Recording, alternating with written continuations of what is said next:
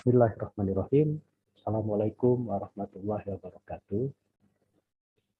Waalaikumsalam. Alhamdulillahirrahmanirrahim. Kita panjatkan puji dan syukur kehadirat Allah Subhanahu wa taala bahwa pada hari ini pertemuan kuliah ke-14 dan ke-15 kita dalam keadaan sehat walafiat. Dan untuk memulai acara perkuliahan sastra dalam pembelajaran sejarah, marilah kita bersama-sama melafazkan basmalah. Bismillahirrahmanirrahim. Pada hari ini akan mendengarkan presentasi dari 8 mahasiswa karena dianggap ada 2 kali pertemuan yang banyak yang presentasi, maka masing-masing mahasiswa hanya presentasi maksimal 5 menit dan diusahakan dalam keadaan on camera.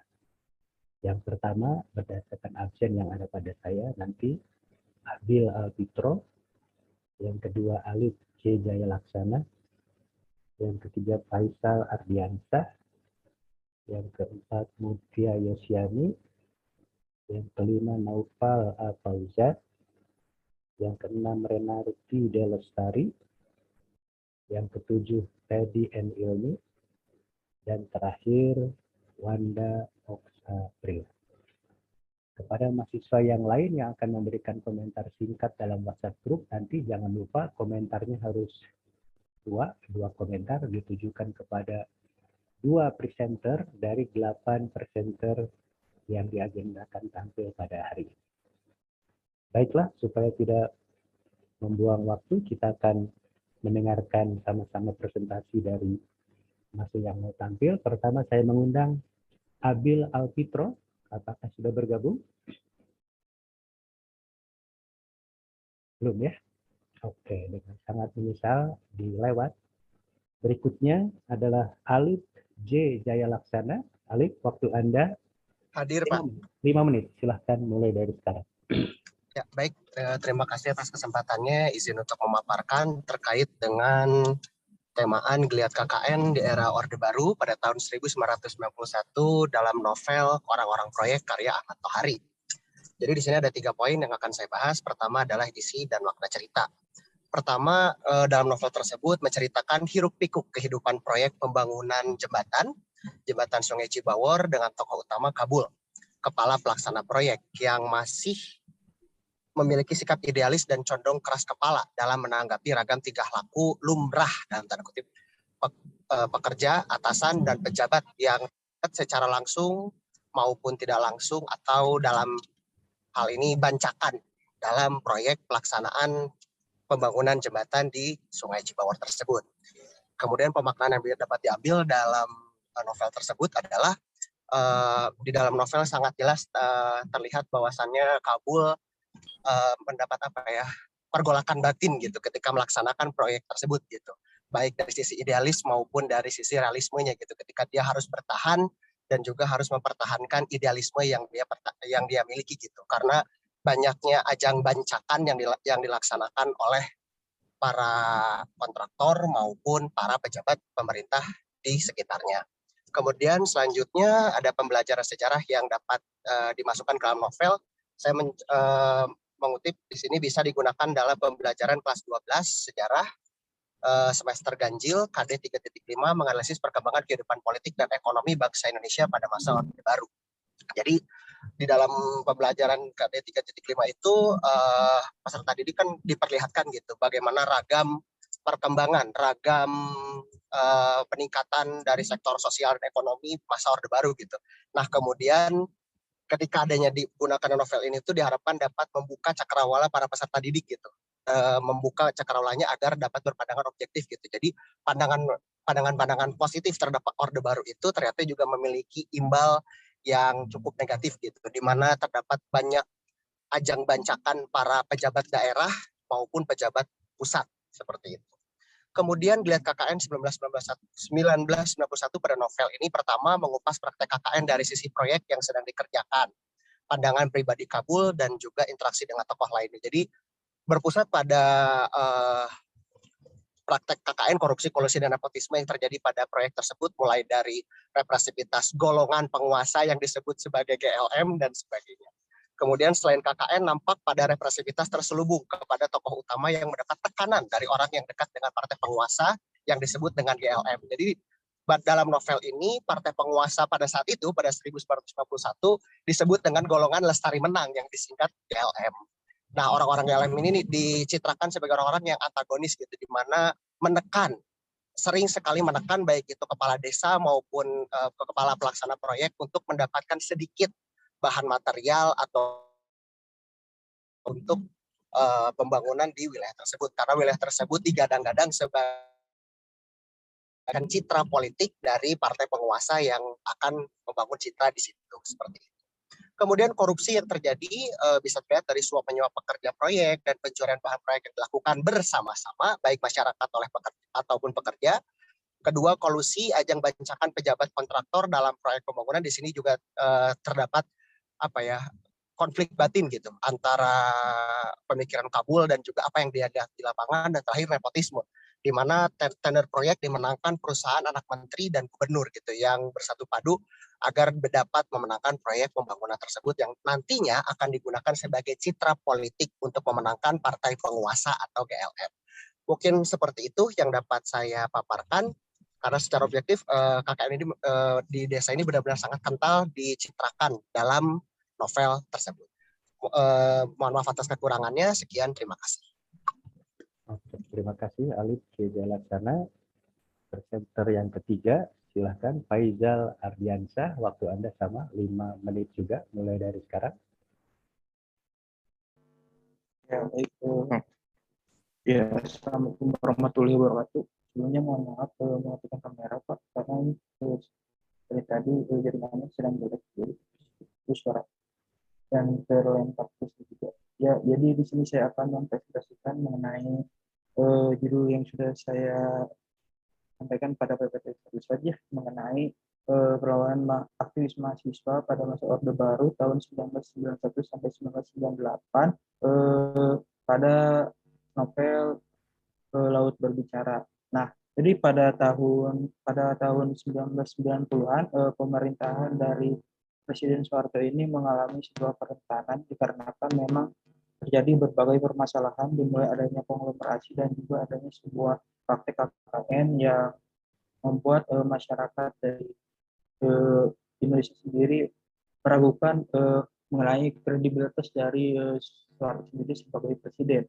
Nah, kemudian adanya kerentanan ini memicu atau memuat adanya gerakan mahasiswa yang kembali menemukan ruhnya. Jadi kegiatan diskusi seperti penalaran kembali digelar di mana sebelumnya itu kan pada tahun-tahun sebelumnya ada NKK atau BKK yang mengkebiri dari pergerakan mahasiswa ini. Nah, keadaan ini akhirnya mulai mewarnai kehidupan sosial yang ditandai dengan lahirnya seperti gerakan pro demokrasi di kalangan masyarakat dan mahasiswa. Jadi mahasiswa ini melakukan berbagai lagi gerakan seperti halnya mungkin yang pada novel Laut Bercerita ini dengan melakukan diskusi buku-buku yang dianggap terlarang pada Orde Baru itu, seperti buku karya Pramudia Anantatur ataupun buku-buku yang berkaitan dengan Uni Soviet. Nah,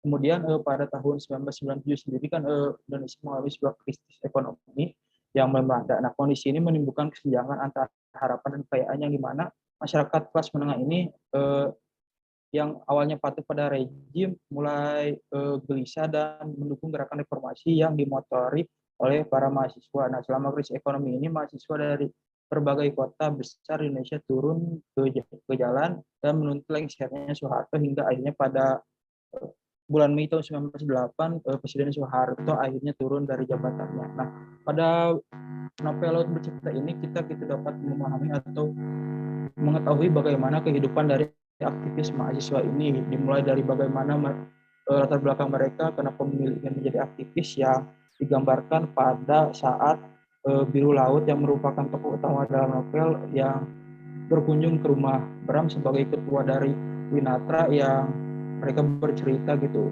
bahwa latar belakang mereka untuk menjadi aktivis ini ada karena di latar belakang adanya ketidakpuasan atau ketidakadilan dari Orde Baru ini kepada mereka. Seperti itu. Kemudian juga pada novel ini juga kita bisa melihat gitu bahwa perlawanan mahasiswa ini tidak hanya melalui demonstrasi saja, tetapi juga dilakukan dengan tadi melakukan diskusi, buku-buku petualang, dan juga melakukan pendampingan pada kaum tertindas seperti yang digambarkan di sini kepada petani di daerah Belanggu yang tanahnya akan dijadikan sebagai lapangan untuk latihan tentara, yang dimana para mahasiswa datang ke sana untuk melakukan aksi dan juga membantu para petani tersebut. Dan juga di sini juga diceritakan bagaimana penyegalan dari Orde Baru kepada para mahasiswa yang sedang berjuang untuk melengsarkan Soeharto. Nah, di sini juga diceritakan gitu bagaimana pada saat itu ada sebuah peristiwa tahun 1996 mengenai penyerangan kantor PDIP yang dimana PRD yang saat itu dipimpin oleh Budiman Sujatmiko dijadikan sebuah kambing hitam pada peristiwa itu sehingga para aktivis mahasiswa ini menjadi buronan. Ya mungkin seperti itu Pak. Terima kasih. Faisal Ardiansyah. Selanjutnya presenter yang keempat, Mutia Yosiani. Mutia, sama waktu Anda 5 menit juga, silakan mulai dari sekarang. Baik, Assalamualaikum warahmatullahi wabarakatuh. Saya Mutia Yosiani. Pada kesempatan kali ini saya akan memaparkan gambaran isi makalah saya yang berjudul 3 latar peristiwa sejarah periode tahun 1966 hingga 1998 dalam novel Pulang, karya Leila Salika Chudori. Perlu kita tekankan di sini bahwa dalam periode tahun tersebut di Indonesia merupakan masa pemerintahan Orde Baru di bawah pimpinan Presiden Soeharto. Gerakan 30 September 65 yang terjadi pada masa demokrasi terpimpin membawa perubahan besar terhadap perjalanan Indonesia. Peristiwa ini pula yang menandakan berakhirnya kekuasaan Soekarno dan membukakan jalan bagi Soeharto dan TNI AD untuk berkuasa di Indonesia dalam periode yang dikenal sebagai Orde Baru. Sejarah mencatat rezim Orde Baru ini menjadikan PKI dan ideologi komunisme sebagai hal yang terlarang. Orang-orang yang dicurigai ada hubungannya dengan PKI ditangkap dan sebagian besar dijadikan tahanan politik. Bahkan sempat terjadi pembunuhan massal kepada mereka yang disebut antek-antek PKI. Mengenai pembunuhan massal ini diklaim bahwa gerakan ini muncul spontan dari masyarakat yang kecewa terhadap PKI. Namun, Jess Melvin, seorang peneliti asal Sydney, menemukan bukti-bukti adanya keterlibatan militer. Nah, hal ini akan saya kaji lebih dalam di dalam makalah. Dalam novel diceritakan adanya tokoh Dimas dan teman-temannya yang merupakan seorang eksil politik Indonesia di Paris. Nah, mereka ini dicabut paspornya karena dekat dengan orang-orang Lekra. Lalu mereka mendengar kabar bahwa teman-temannya yang berada di Indonesia dikejar, ditembak, dibunuh, dan bahkan menghilang begitu saja. Singkat cerita, Lintang, anak Dimas, berhasil ke Indonesia dan merekam pengalaman keluarga korban tragedi 30 September. Ternyata, dilansir dari BBC Indonesia, memang ada kesaksian beberapa eksil 65 yang memiliki nasib serupa dengan tokoh Dimas. Salah satunya bernama Halid Hamid. Ia ini sedang berada di Albania saat peristiwa G30S terjadi. Ia merupakan mantan ketua Lekra, paspornya juga sama ditahan sehingga ia tidak pernah keluar dari Albania selama 25 tahun. Ia mendapatkan kabar bahwa keluarganya di Indonesia telah meninggal, bahkan abangnya itu sempat dicincang sebelum dikubur. Latar sejarah selanjutnya, yakni demonstrasi mahasiswa dan buruh di Prancis bulan Mei 1968. Faktanya pada tahun tersebut di Prancis terjadi aksi protes dari kelas buruh dan mahasiswa yang berusaha menghancurkan tatanan kapitalisme serta menuntut untuk menggulingkan pemerintahan De Gaulle. Mereka menolak memainkan peran sebagai anjing penjaga kapitalisme dan melakukan aksi demo serta pemogokan kerja. Dalam novel diceritakan bahwa kedatangan Dimas ke Prancis bertepatan dengan peristiwa tersebut. Dapat dilihat dari dialog yang berbunyi, Seharusnya malam itu para tentara menjeratku di Jakarta, tetapi sekarang aku di sini, di tengah ribuan mahasiswa Prancis yang bergelora. Pertarungan di Prancis ini sungguh jelas keinginannya. Jelas siapa yang menuntut dan siapa yang menggugat. Perseteruan ini antara mahasiswa dan buruh melawan pemerintahan De Gaulle. Kembali ke Indonesia, bulan Mei 1998 merupakan klimaks dari ketidakpuasan terhadap Orde Baru. Berbagai peristiwa seperti aksi penjarahan dan kerusuhan, insiden Trisakti, didudukinya gedung DPR, hingga mundurnya Presiden Soeharto merupakan realitas sejarah yang mengiringi akhir masa Orde Baru.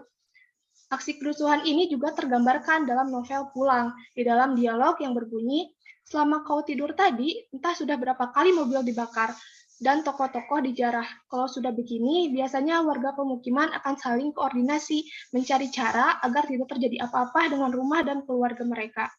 Masa masuk pemukiman, lalu apa yang akan terjadi selanjutnya? Apa yang akan mereka lakukan selanjutnya? Apa saja menjarah, merampok, apa saja dilakukan orang-orang keji yang bingsatan, terutama jika sudah bergerak sebagai bagian dari gerombolan." Nah, novel ini dapat dijadikan sebagai pendukung pembelajaran di sekolah, khususnya mengenai kondisi pasca gerakan 30 September dan peristiwa Mei 98 di Indonesia. Terlebih, siswa juga akan mendapatkan tambahan informasi bahwa pada tahun 1968 di Prancis pernah terjadi demonstrasi untuk menggulingkan pemerintahan De Gaulle. Sekian yang dapat saya sampaikan. Terima kasih. Wassalamualaikum warahmatullahi wabarakatuh. Waalaikumsalam. Terima kasih, Mustia Yosiani. Presenter selanjutnya, silakan Naufal Fauzan, apakah sudah bergabung? Waktu Anda Kenapa? 5 Tapi menit. mohon maaf Pak sebelumnya karena di sini jaringannya kurang bagus, maka saya izin untuk mematikan kamera agar suaranya terdengar jelas Pak. Silakan. Ya, terima kasih. Bismillahirrahmanirrahim. Assalamualaikum warahmatullahi wabarakatuh. Selamat sore kepada Pak Andi Swita dan Pak Esa serta teman-teman semua. Saya di sini Nauf Ahmad Fauzan dengan NIM 1907-1920.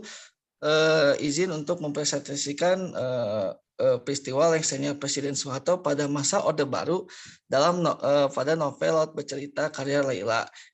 Novel sendiri nanti diceritakan secara kronologis peristiwanya. Jadi seperti yang sudah kita ketahui bahwa negara Indonesia dalam masa Orde Baru ini adalah hegemoni rezim pemerintahan Presiden Soeharto yang telah menjabat selama 32 tahun lamanya. Pada awal zaman ini dianggap sebagai keberhasilan karena dalam bisa membangun ekonomi, politik, budaya, pangan, dan membuat negara Indonesia jauh lebih baik. Tapi seringnya berjalannya waktu, tadi seperti dijelaskan oleh teman-teman, bahwa banyaknya kasus seperti KKN, nepotisme, dan lain-lainnya. Nah, dan puncaknya pada tahun 1996 hingga 1998, Indonesia ada di fase tersulit yang bermula dari krisis moneter negara Thailand, dan hal itu sangat berdampak ya pada negara Indonesia. Negara Indonesia juga mengalami krisis ekonomi karena kurs Eropa sering berjalan waktu naik hingga sampai belasan ribu per dolarnya, dan juga inflasi yang diperkirakan naik signifikan dan mata uang beredaran di mana-mana. Dalam menangani krisis moneter ini ternyata berdampak pada sektor lain ya, seperti sosial, politik, budaya, dan lain-lainnya. Nah, sebelum Soeharto resmi mundur pada tahun 1998, banyak sekali terjadi rangkaian peristiwa, yaitu salah satunya dari mahasiswa, karena mahasiswa pada era Orde Baru ini sangat aktif untuk mengkritisi kebijakan pemerintah, apalagi ditambah kondisi dan krisis yang semakin buruk, dan banyak pihak juga ingin adanya perubahan yang nyata.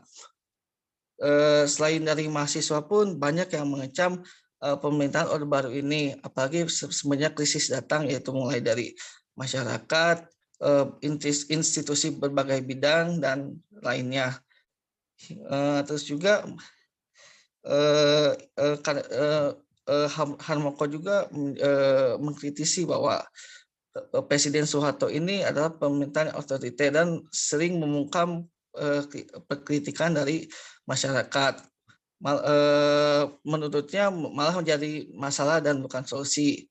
pernyataan dari Harmoko ini sangat menunjuk bahwa ingin segera Presiden Soeharto ini mundur dari jabatannya. Akan tetapi seperti yang telah dijelaskan tadi bahwa Presiden Soeharto ini sangat membungkam pernyataan dari publik. Nah, karena ada reaksi seperti itu dan mahasiswa semakin marah, terus juga Soeharto tidak memendung dan dia pun langsung datang ke istana untuk membahas bagaimana sih langkah-langkah untuk mengatasi krisis negara. Nah, dalam itu juga pun Presiden Soeharto menanyakan kepada tokoh-tokoh yang hadir dalam rapatnya, apakah saya harus turun pada jabatannya.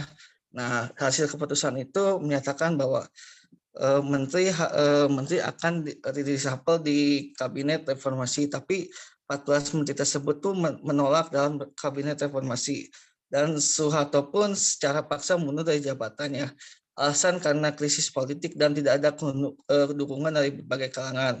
Dan akhirnya hari yang ditunggu yaitu 21 Mei 1998 hari Kamis dalam pidatonya beliau menyatakan bahwa saya telah mundur dari jabatannya sebagai Presiden RI dan saya ucapkan terima kasih.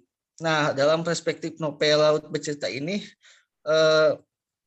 sangat relate ya, sangat berkaitan sekali gitu dengan fakta sejarah karena di sini Mas Laut sebagai tokoh utama yang dalam dialog itu disebut Mas Laut, dan di sini saya akan membacakan ringkasan atau yang saya tangkap gitu dari novel ini mengenai cerita fakta sejarah tersebut. Nah, jadi dialog antara yang pertama itu dialog antara Laut dan Daniel. Jadi Laut bertanya, apakah pemerintah Orde Baru ini sudah tepat?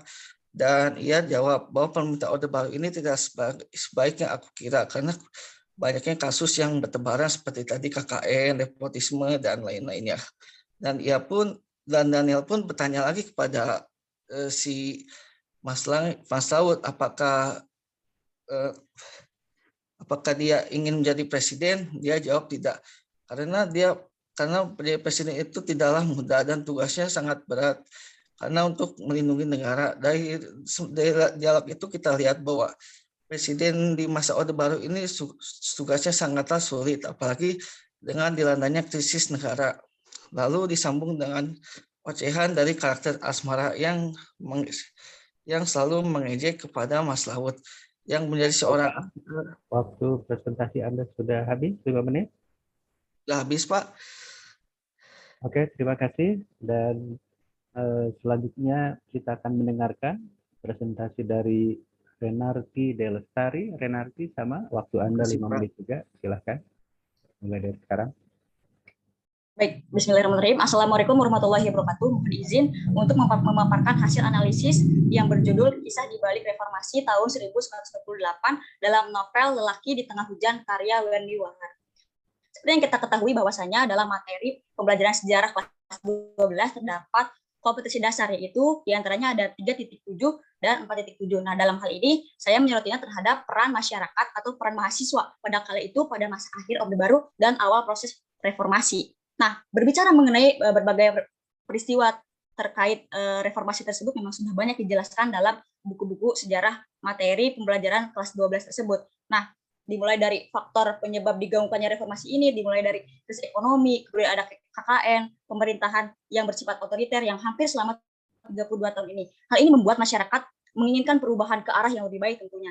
Nah, melihat dari pergerakan tersebut, kita dapat juga melihat dari berbagai peristiwa yang pernah terjadi. Di antaranya adalah peristiwa Semanggis, kemudian ada peristiwa Gejayan, ada pula peristiwa Trisakti, hingga peristiwa tragedi Semanggi 1 dan 2. Nah, ternyata selain peristiwa-peristiwa tersebut yang terjadi sekitar reformasi 98 tersebut, ada pula gerakan mahasiswa yang secara diam-diam ingin menggulingkan pemerintahan Soeharto ini. Nah, hal ini juga menggambarkan bahwasannya reformasi bukanlah suatu peristiwa yang berdiri sendiri dan muncul secara tiba-tiba. Hal ini juga menggambarkan bahwasannya mereka ini tidak tertulis dalam sejarah besar reformasi 98 tersebut. Nah, untuk melihat bagaimana sih perkembangan ataupun pergerakan mahasiswa tersebut, kita dapat melihatnya dalam novel Lelaki di Tengah Hujan karya Wendy Wangar ini. Nah, meskipun fiktif, namun dari segi isinya digadang-gadang sebagai kejadian-kejadian yang pada waktu itu nyata.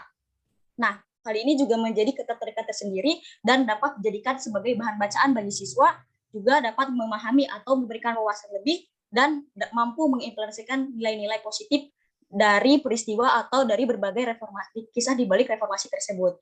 Nah, sekilas mengenai profil Wendrik Wanhar, ia merupakan kelahiran dari Pulau Sumatera. Nah, ia juga pernah menjadi seorang mahasiswa yaitu di Universitas Bung Karno, dan beliau juga banyak berinteraksi dengan masyarakat, terutama rakyat jalanan di Jakarta kala itu. Dan tidak heran jika ia juga sering mendengar kisah-kisah di balik reformasi 98 ini.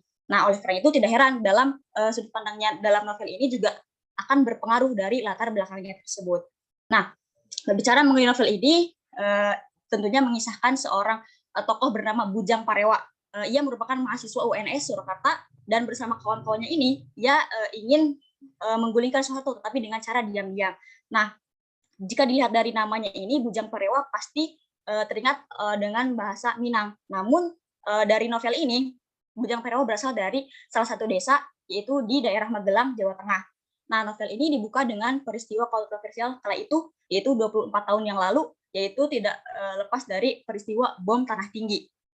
Nah, setelah meledaknya bom Tanah Tinggi ini, kemudian berlanjut menceritakan cerita selanjutnya. Nah, menariknya di sini adalah novel ini menceritakannya dengan dua arah, yaitu ketika penangkapan Bujang Parewa dan masa setelahnya, kemudian kembali kilas balik riwayat dari Bujang Parewa itu sendiri. Nah, dalam novel ini dijelaskan bahwasannya bom tersebut meledak sebelum direncanakan atau sebelum waktunya. Nah, bom ini kenapa dibuat oleh mereka? Karena bom ini rencananya akan diledakkan di pusat-pusat pemerintahan Soeharto. Nah, dalam novel ini juga dijelaskan bahwasannya Bujang Parewa menekankan bom ini sebagai simbol bahwasannya pihak oposisi atau kaum oposisi yang sejak lama dikejar-kejar setelah peristiwa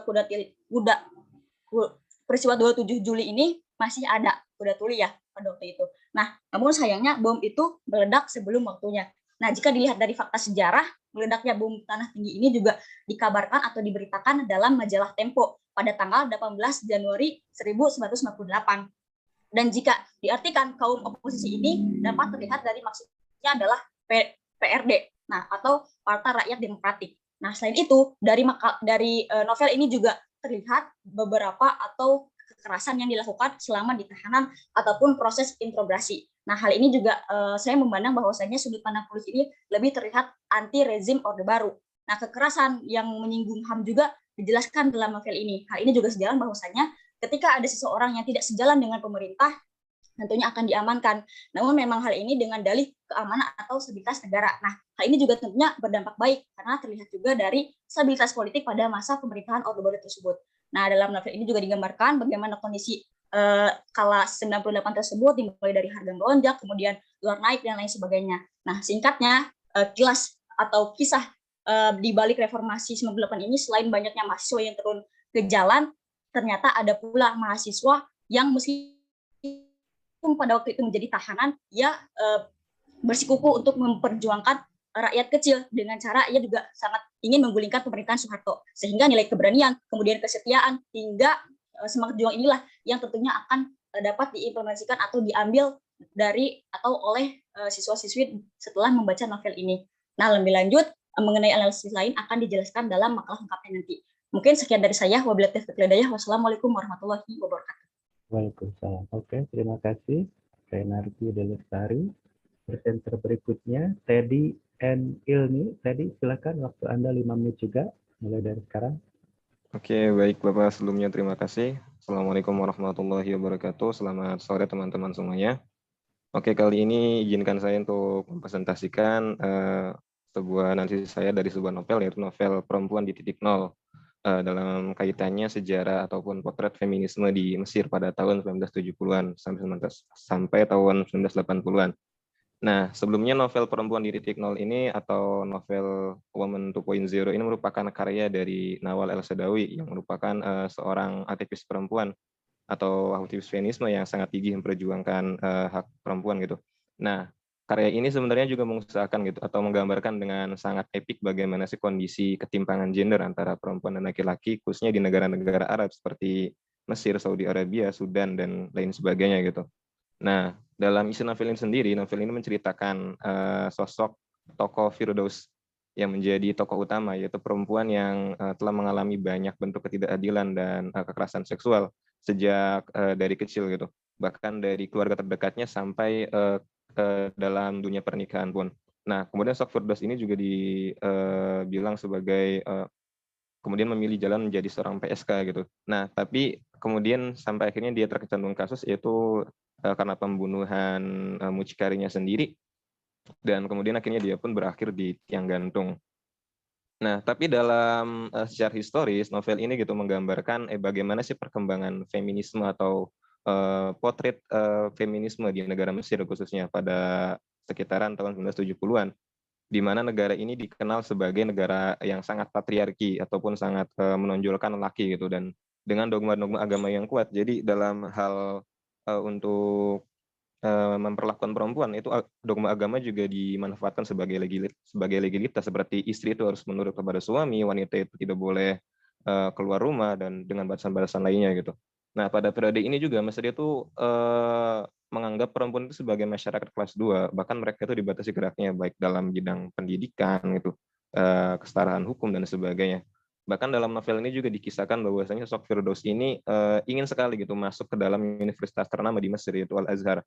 Nah, tapi ternyata ternyata ada yang mengatakan kepadanya bahwasanya Al-Azhar itu bukan tempat untuk perempuan, melainkan hanya lelaki yang bisa masuk ke Al-Azhar.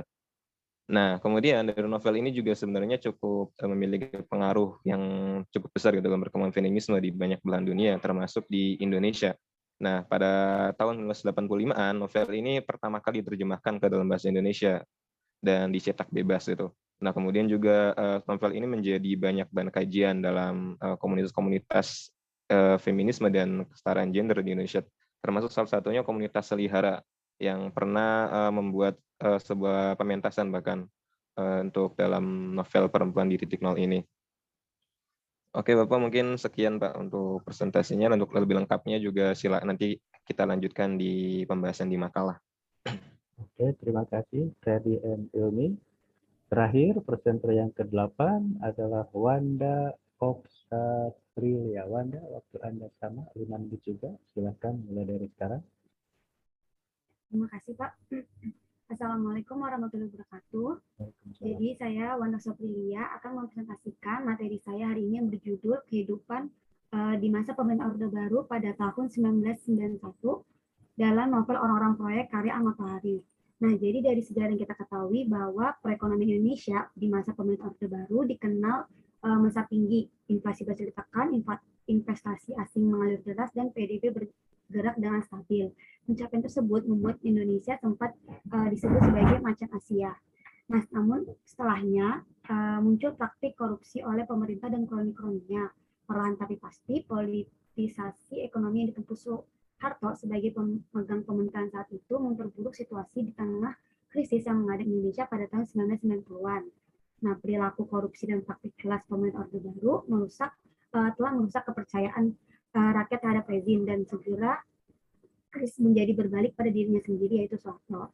Nah, novel karya Ahmad Tohari ini merupakan salah satu novel yang mengangkat tema tentang kehidupan di masa Orde Baru dengan mengambil latar waktu tahun 1991 dan menjelang pemilu tahun 1992 saat Orde Baru sedang berjaya dan dampak kejahatan semakin terlihat dengan jelas. Novel ini bercerita mengenai penggambaran ketidakjelasan oknum-oknum yang menjalankan proyek-proyek yang terjadi di tahun 1991 dan tahun-tahun sebelumnya. Terdapat tokoh bernama Kabul. Ia seorang insinyur teknik sipil yang bertugas mengawal proyek jembatan di Kali Cibawor. Kabul ini mulai merasa kekecewaan dengan pekerjaan yang ia jalankan ketika melihat pelaku-pelaku korupsi yang dilakukan oleh orang-orang di sekitarnya.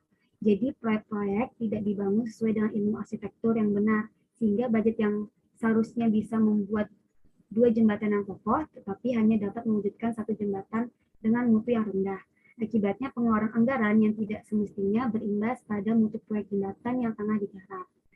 Nah, dari judul novel Orang-orang Proyek ini sendiri menggambarkan praktik-praktik korupsi yang dilakukan oleh banyaknya elemen, seperti pejabat elit yang mengambil persenan anggaran dari menteri, ketua partai, bupati, serta anggota dewan. Lalu ada pengurus partai lokal yang meminta sumbangan dari warga untuk pembangunan jalan dan masjid di kampung, memborong proyek hingga warga-warga desa yang mencoba memungut bahan-bahan bangunan dari jembatan dengan menyuap kuli dari proyek jembatan.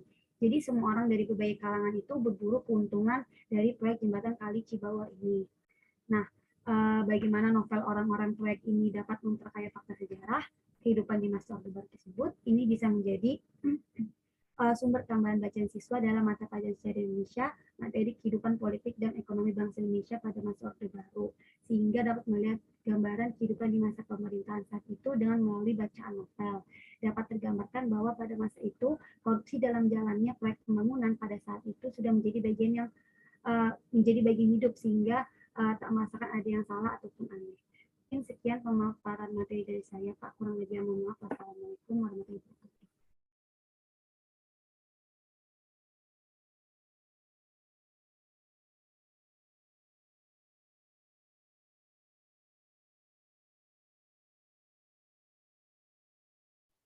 Mohon maaf Pak, masih di unmute. Oke, terima kasih Wanda Oksa Prilia.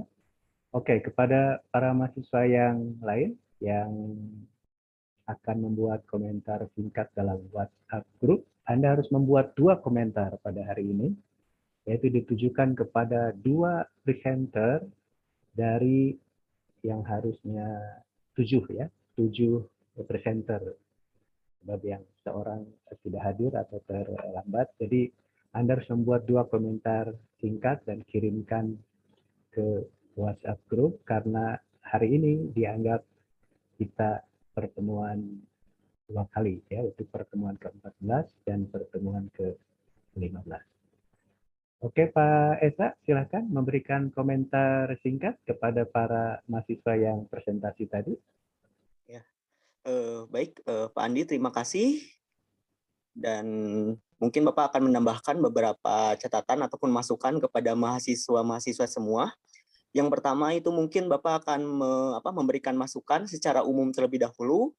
Ini untuk semua, bukan hanya individu yang tampil, tapi untuk semua. Ketika kita mencoba menganalisis terkait dengan karya sastra, hal pertama yang mungkin akan kita lakukan itu adalah mencari judul ya. Dan mencari judul itu ternyata tidak mudah, ada beberapa aspek dan pertimbangan yang memang harus kita perhatikan. Nah itulah yang harus kita lakukan. Ketika kita membaca bukunya, membaca karyanya, membaca novelnya, kalian itu harus menangkap terlebih dahulu point of view misalnya itu, atau sudut pandang yang paling paling tepat, topik apa yang mesti diangkat dari novel tersebut. Sehingga nanti akan ada relevansi, akan ada korelasi dari apa yang kalian sampaikan dengan judul yang memang sudah kalian pilih gitu. Nah itu yang harus diperhatikan juga, karena jika kita berbicara tentang judul, itu ibarat sebuah rumah ya, kita yang menggambarkan isi, tujuan, maksud dari apa yang memang berusaha ditulis di novel tersebut gitu.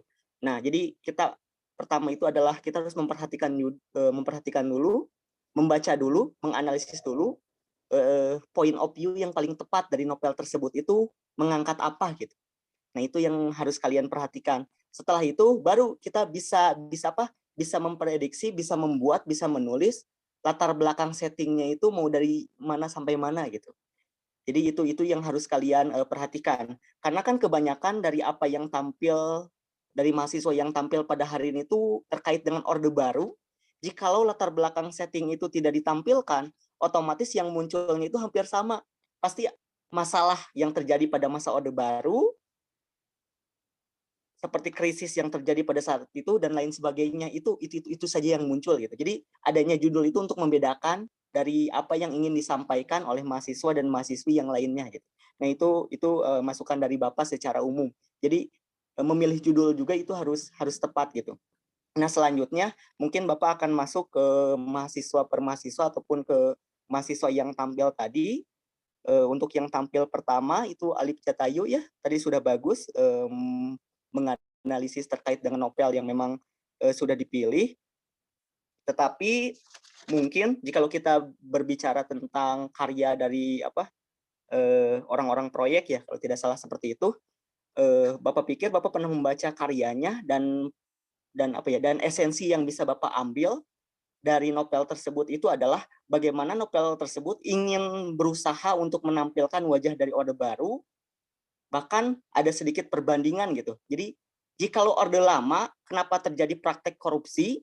Dikarenakan pada saat itu gaji PNS itu memang kecil gitu ya. Jadi itu yang membuat praktek korupsi itu tumbuh. Tapi pada masa Orde Baru justru praktek korupsi itu tumbuh dikarenakan karena ibaratnya tuh orang-orang yang menjabat itu terlalu terlalu melihat bahwasanya negara itu adalah milik kita gitu. Karena mereka terus menjabat dari waktu ke waktu gitu. Bahkan di dalam novel ini dijelaskan bahwa korupsi itu tidak hanya dilakukan oleh orang-orang besar saja, tapi ternyata masyarakat kecil dari hal yang paling kecil itu juga melakukan praktek korupsi gitu. Nah, itu mungkin fenomena-fenomena itu bisa diangkat lalu dibandingkan dengan sumber-sumber yang ditemukan gitu.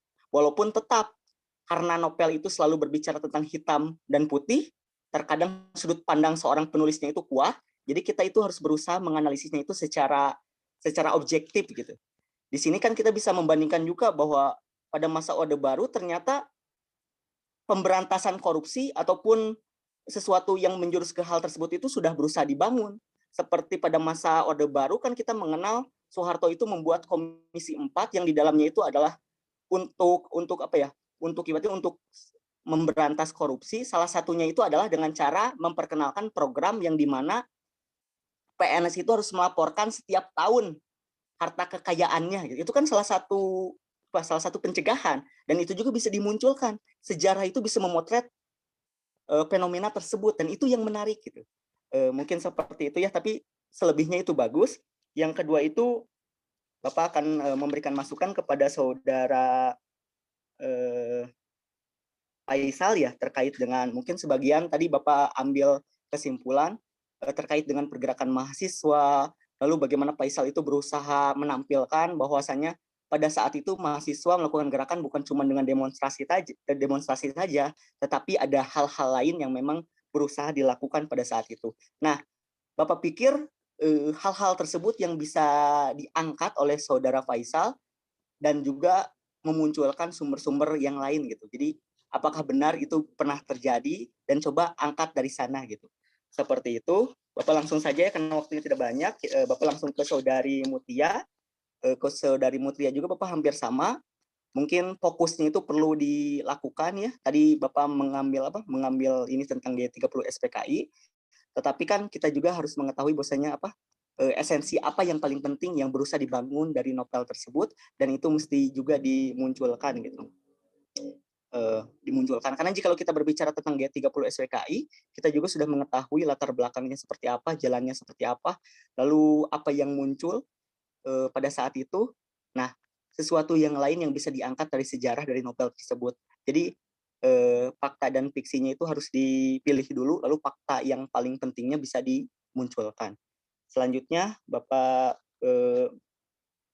memberikan masukan ke saudara Naufal yang tadi berbicara tentang novel bercerita ya, terutama terkait dengan lengsernya Presiden Soeharto.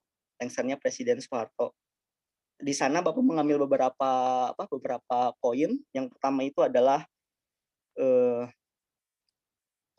di sana bagaimana saudara Naufal itu berusaha untuk menjelaskan dulu bahwasanya Orde Baru itu tidak selamanya buruk. Di sana ada sesuatu yang baik yang bisa diambil dari Orde Baru itu sendiri, karena Soeharto pada awal masa jabatannya ada beberapa prestasi yang dimunculkan pada saat itu.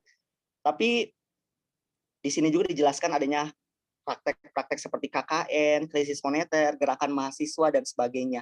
Jadi yang perlu difokuskan dari saudara Naufal itu adalah latar belakang setting waktunya gitu. Karena jikalau kita tidak dibatasi oleh latar belakang waktu, maka yang muncul itu seperti itu, latar belakang, jalannya hingga akhir gitu. Jadi kita bisa memilih esensi yang paling penting, esensi yang paling tepat yang bisa diangkat dari novel tersebut. Yang selanjutnya itu adalah saudari Renarti. Tadi saudara Renarti sudah mempresentasikannya dengan bagus, dan sudah membandingkan antara fakta-fakta yang ada dengan temuan-temuan yang bisa diangkat oleh Renarti itu sendiri, terutama terkait dengan kisah di balik 98 ya. Tapi Bapak pikir mungkin di novel ini bisa apa ya? Bisa memilih satu judul yang justru lebih apa ya? Lebih bisa diangkat gitu.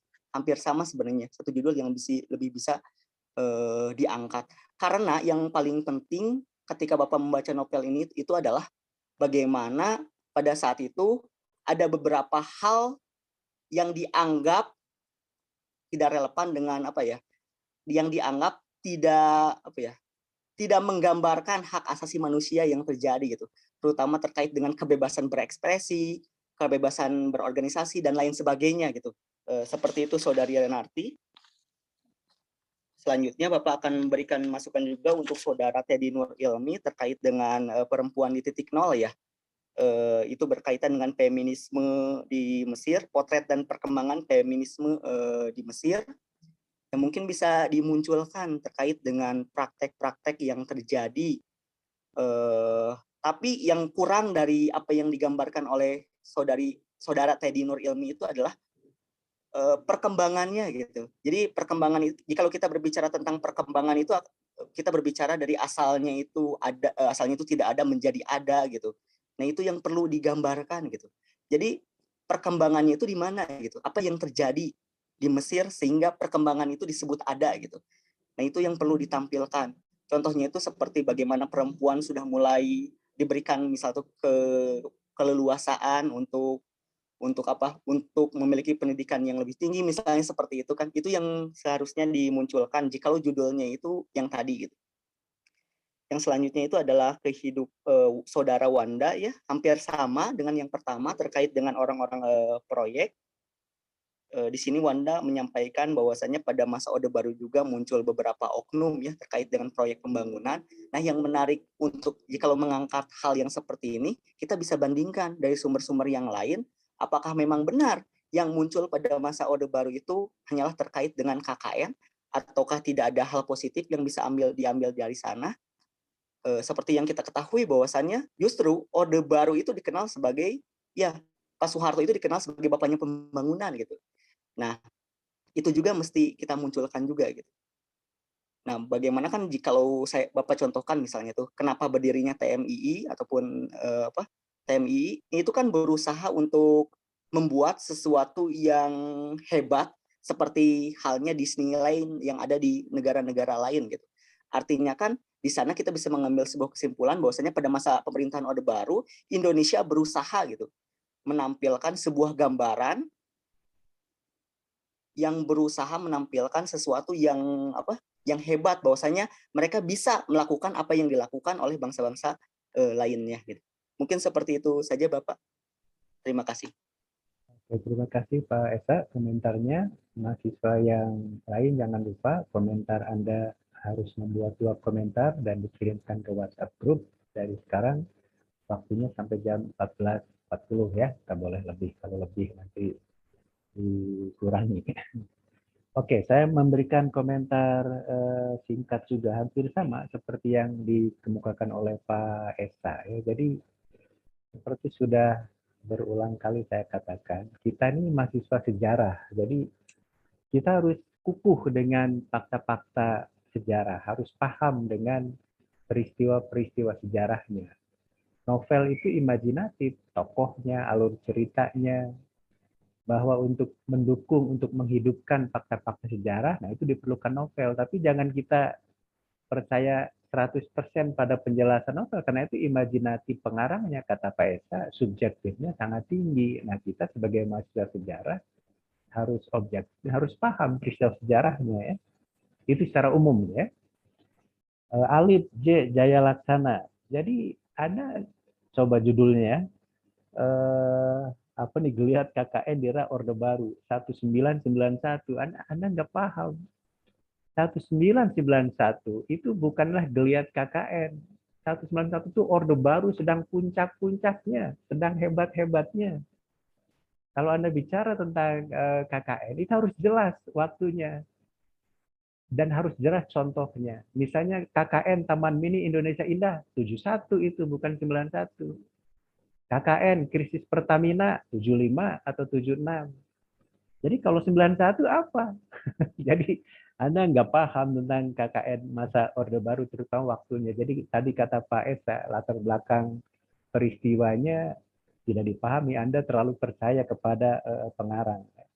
Jadi Anda harus pilih geliat KKN itu apakah di awal Orde Baru, kasus Taman Mini, kasus Pertamina, atau mau di akhir. Di akhir silahkan, Bapindo misalnya, kasus Bapindo, atau kasus kolusi antara para konglomerat Cina. Jadi itu yang Anda tidak menjelaskan geliatnya, ya. Jadi terlalu percaya kepada Ahmad Thohar ini. Orang-orang proyek, contoh proyek apa yang KKN, Anda tidak menjelaskan. Jadi harusnya jelaskan bahwa satu proyek itu mengandung unsur KKN. Tahun 91 proyek apa yang ada unsur KKN-nya?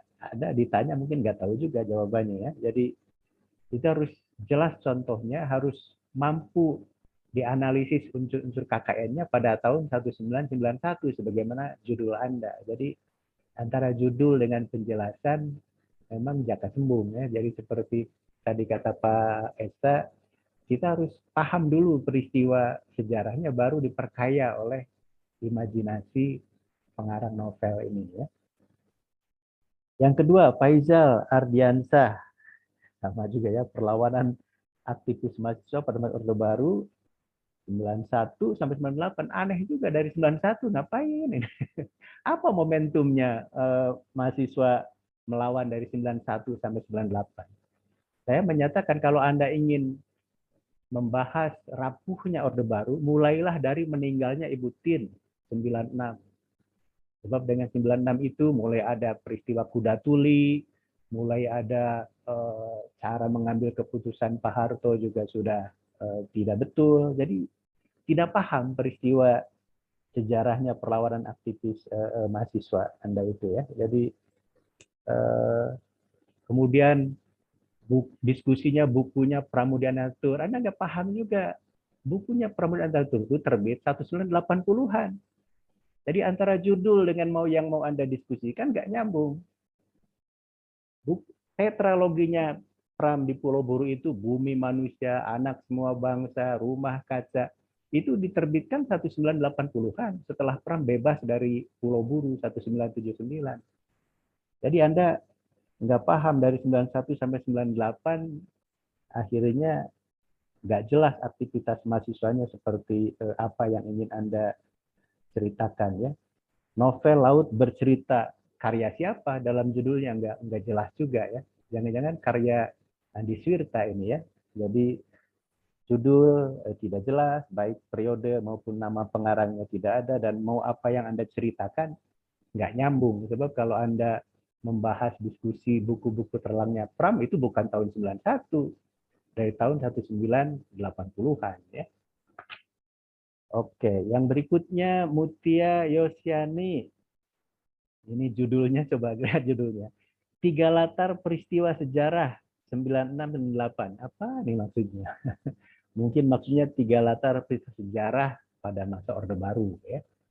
Jadi 3 latar peristiwa sejarah 66-98 tidak jelas, ya. Baru dalam novel Pulang karya, salah juga menyebut nama orang.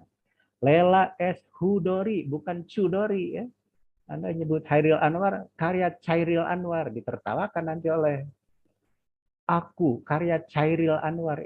Chairil bukan Chairil, Hairil. Ini nyebut Lela Hudori aja, Lela Chudori. Abang kena orang Sunda, cau ngerinya. Kemudian yang Anda ingin analisis adalah harusnya memahami peristiwa G30S, ada demo di Prancis, ada peristiwa Mei 98, ya. Tapi Anda nampaknya nggak paham tentang, sebenarnya ada di YouTube itu, waktu demo di Prancis itu orang Prancis, mahasiswa Indonesia, orang-orang Buangando, orang-orang PKI di Prancis bertanya kepada Pak Harto waktu kunjungan ke Prancis, mengapa masih banyak tahanan-tahanan orang yang dituduh PKI, kok masih ditahan, padahal mereka tidak bersalah. Pak Harto jawabannya sangat elegan. Pak Harto bilang memang orang ini tidak ada buktinya bersalah dan oleh kami tidak dilepaskan. Mengapa? Justru untuk melindungi dia. Sebab kalau dilepaskan ke masyarakat, justru akan dihakimi oleh masyarakat. Jadi kata masyarakat, walaupun tidak ada bukti, tapi saya tahu orang ini dulu adalah menyerobot tanah, aksi-aksi sepihak, menghina umat Islam. Jadi itu yang harus Anda pahami peristiwa di demonstrasi mahasiswa di Paris itu, di Perancis itu. Pak Harto sangat elegan. Jadi walaupun bukti-buktinya tidak ada, tapi masyarakat yang mengalami sendiri tahu bahwa orang itu adalah PKI. Jadi karena itu dilindungi, tidak dilepaskan ke masyarakat untuk melindungi orang-orang PKI itu. Pak Harto penjelasannya dalam YouTube terkenal itu ya begitu. Yang kedua, Anda nggak bisa menjelaskan juga tentang bahwa orang-orang PKI ini sampai sekarang selalu dianggapnya kami korban. Jadi kami bukan PKI. Jadi dia nggak paham situasi politik tahun 60-an. Jadi PKI itu tidak hanya PKI. Partai-partai politik lain itu punya underbow, punya organisasi massa. Jadi Pemuda Rakyat, Gerwani, Himpunan Sarjana Indonesia, siapa lagi Anda boleh sebut, itu memang berafiliasi dengan PKI. Lekra. Jadi kalau ada orang bertanya, Pramudia kan bukan PKI. Memang bukan, dia Lekra. Tapi Lekra itu berafiliasi dengan PKI. Sama seperti HMI dituduh berafiliasi dengan Masyumi. Jadi itu yang kalau kita diskusi orang-orang PKI itu sampai sekarang, kami ini korban, kami tidak bersalah, kami dituduh PKI, kami bukan PKI. Anda bukan, tapi Anda simpatisan, Anda underbow-nya. Itu yang menurut saya Mutia tidak kritis membaca novelnya Lela Chudori ini, Chudori ya, bukan Chudori. Jadi jangan memandang mereka ini sebagai korban, justru mereka adalah pelaku aksi-aksi sepihak, menganggap orang beragama itu setan desa, setan kota, Gusti Allah sudah mati, itu memang tidak dilakukan oleh orang-orang PKI langsung, tapi oleh organisasi underbow-nya. BTI, Barisan Tani Indonesia, SOBSI, Organisasi Serikat Buruh Indonesia. Jadi situasi politik tahun 60-an itu mengharuskan, ini peraturan pemerintah, semua organisasi politik yang ada di Indonesia harus menginduk kepada partai-partai politik besar. Jadi PKI banyak sekali organisasi underbow-nya. PNI juga begitu, NU juga begitu, Tentara Angkatan Darat juga begitu. Jadi kalau Anda nanya pemuda Pancasila kemana? Ya ke Angkatan Darat. Persid kemana? Ya ke Angkatan Darat. Soksi kemana? Ke Angkatan Darat. Jadi itu Anda harus paham begitu ya. Jadi jangan ini pemerintah Orde Baru ini menggebiah uyah ngarson sakompet daunkeun, semua orang dituduh PKI. Memang mereka simpatisan dan underbow-nya PKI. Itu yang Anda harus paham ya, supaya jelas tentang peristiwa G30S, termasuk demo di Prancis, termasuk gerakan Mei 98. Gerakan Mei 98 itu sesungguhnya bukanlah gerakan orang kiri ya.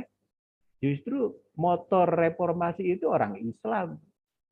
Amin Rais, Bapak Reformasi Indonesia. Jadi terlalu mengagung-agungkan gerakan orang kiri ikut menjatuhkan Orde Baru, menurut saya tidak membaca sejarah ya. Gerakan reformasi itu justru digerakkan oleh tokoh-tokoh Islam yang kritis juga pada kekuasaan ya. Jadi peristiwanya agak kurang dipahami nampaknya tentang 3 peristiwa ini, terutama peristiwa Mei 98 ya. Naufal Paujan, kronologis lengsernya Presiden Soeharto pada masa Orde Baru ya. Dalam novel Laut Bercerita karya Lela Chudori ya. Jangan Chudori. Ya tapi kronologinya nggak jelas ya. Jadi kata Pak Esa tadi, Anda nggak paham namanya peristiwa sejarahnya. Harus mulai dari mana Anda ingin melihat kronologi lengsernya Pak Harto? Dari krisis ekonomi, dari meninggalnya Ibu Tien, atau dari apa? Itu yang harus jelas. Kalau dari krisis ekonomi, maka Pak Harto mulai mengundang IMF. Tapi ketika terjadi krisis juga mulai mengundang tokoh-tokoh reformasi, bagaimana mencari jalan keluar. Tidak bisa juga mulai demo mahasiswa, menduduki MPR, terjadilah pembunuhan Trisakti. Harusnya gitu kronologinya, ini nggak jelas kemana-mana ya. Jadi peristiwa sejarah sendiri harus Anda pahami. Kemudian Orde Baru berkuasa 32 tahun. Dari mana 32 tahun? Kalau dari 66, presidennya masih Soekarno. Jadi Anda harus baca bukunya Salim Said ya. Orde Baru itu berkuasa 30 tahun. Dari mana? 1968. Ketika Soekarno lengser, Soeharto jadi presiden. Jadi dari 68 sampai 98 itu 30 tahun. Kalau Anda bilang 30 tahun dari mana? Dari 66, Super Semar. Soekarno-nya masih presiden, bisa aja Soekarno memecat Soeharto. Ya. Jadi nggak paham sejarah juga. Ya. Renarti de Lestari, kisah di balik reformasi.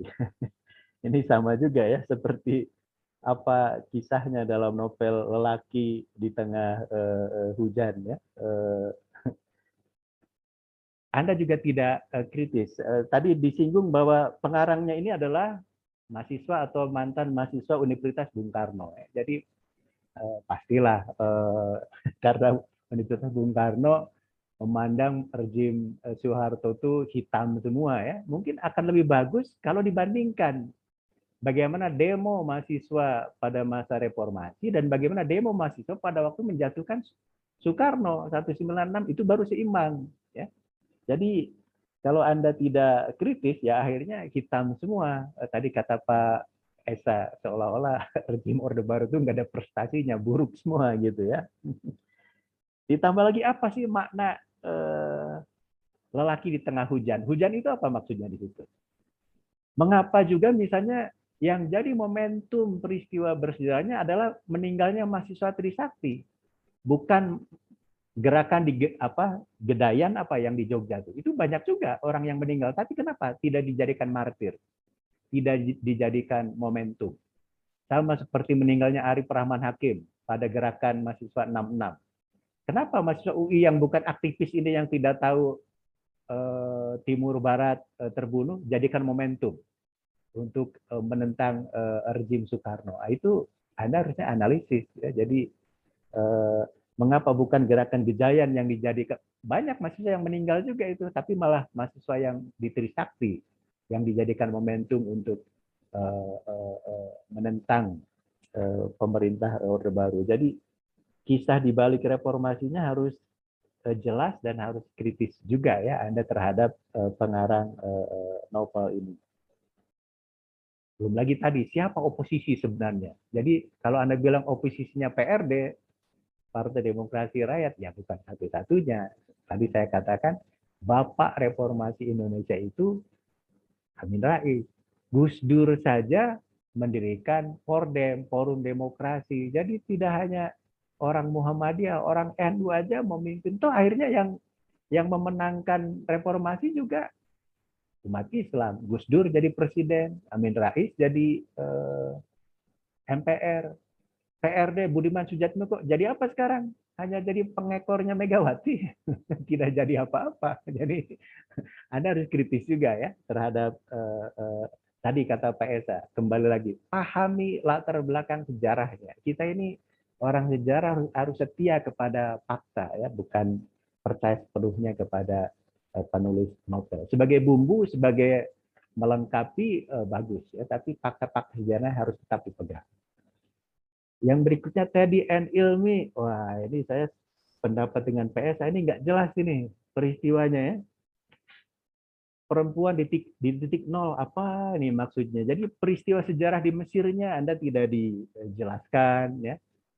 Kemudian bagaimana novel ini berkisah juga tidak dijelaskan. Anda bilang masyarakat Mesir adalah masyarakat patriarki, terlalu mendewa-dewakan laki-laki. Anda nggak paham sejarah. Dinasti Fatimiyah itu di Mesir. Masa Fatimiyah itu laki-laki? Kan itu putrinya baginda Nabi, kan? Perempuan. Jadi bagaimana itu? Dulu Mesir punya dinasti Fatimiyah, sangat menghormati perempuan.